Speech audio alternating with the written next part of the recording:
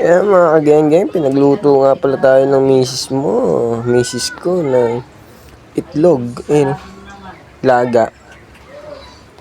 Ayan. Pasok nga pala tayo sa bahay natin guys.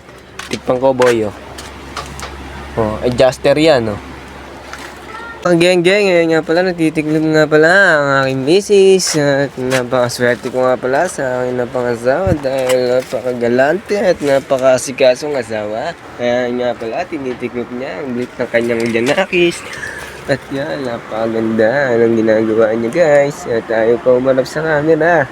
Kala mo naman. Hi! Aray ko. Ginatungan mo na ba yon? Ginatungan ko na, patong-patong na nga yung kahoy. Eto. Ayan, tinitiklop niyang mabuti at inaayos niya ng maganda. Kahit na ganyan po at simple lang po yung lagayan namin ng damit at maganda naman yung ayos ng aking asawa. Ayan, naayos niya ng maayos at mabuti. Thank you, maraming salamat.